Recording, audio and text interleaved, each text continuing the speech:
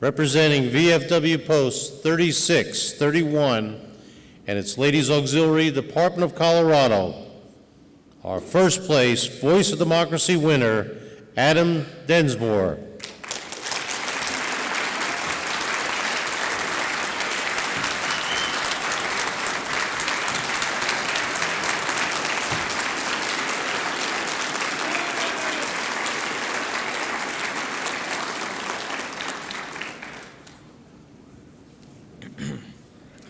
Before I begin, I'd like to say two things. First of all, thank you, everyone, whether you're watching it on the internet or whether you are present with us right now.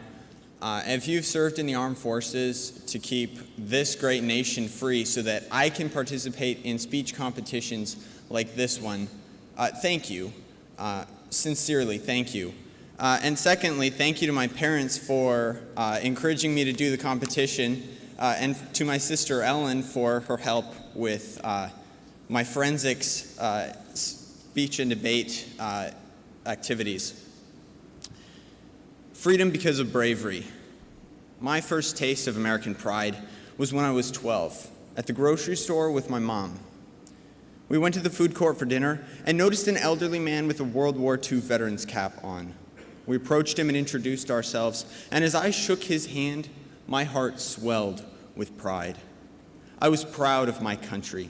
I was proud of the man whose strong hand was wrapped around mine. I was proud of the men and women who represented America by joining the armed forces. I'll never lose this pride.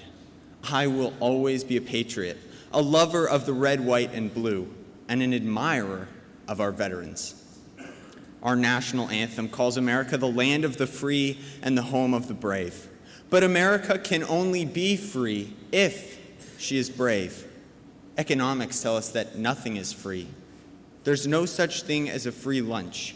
Everything must be bought with a price. The same is true of freedom. Our veterans have bravely sacrificed everything to pay the price for freedom.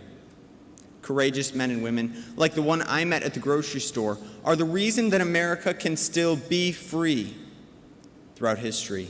In wars like Vietnam, World War II, Afghanistan, and Iraq, our love for freedom has been tested. Enemies of liberty have sought to snuff out the light.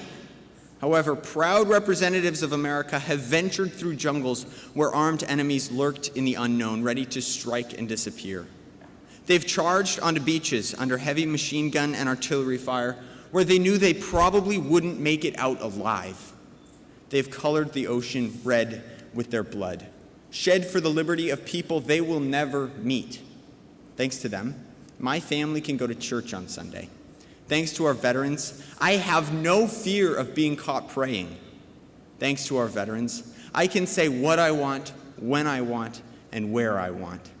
Thanks to our veterans, I am free. Veterans used to get the attention they deserved.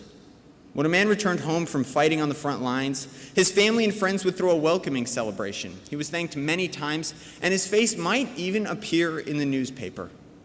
Now it seems that even though we have a national holiday for them, veterans aren't appreciated, respected, or thanked. A failure to celebrate our veterans is a failure to raise up the next generation.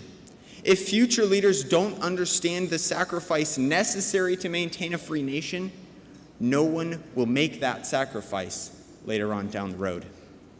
We won't be able to remain the land of liberty if veterans of tomorrow don't rise up, and if we fail to instill patriotism in our young.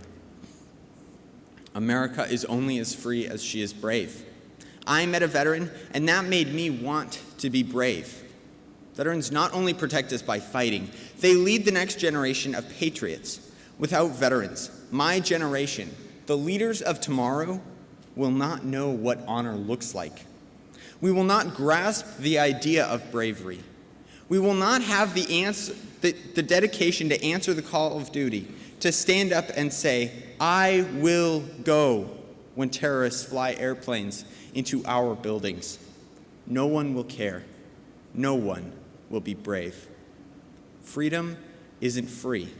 This means that veterans must continue to rise up if America is to remain the great land of liberty. Currently, the United States has special operations forces in at least 134 different countries around the world. Without them, the dark forces seeking to extinguish the flame of liberty will be successful. Recently, in a school district not far from my home, students began protesting because their history books were misrepresenting historical events. Veterans could stop that because they made history. They were there and witnessed it firsthand. If we take the time to listen to their stories and to ask them about their lives, we can learn what really happened. We don't have to rely on hearsay to know the facts when we have the authors of history among us.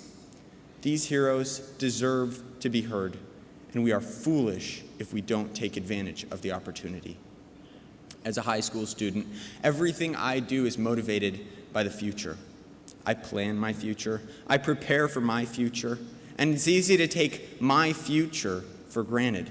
It's easy to assume that I will have a future. It's easy to assume I'll have an America to live in when I'm older. Reality is, though, that freedom is not free. America is only as free as she is brave. Veterans are the backbone of America. Veterans provide the truth and inspiration necessary to maintain my generation's American pride. Thanks.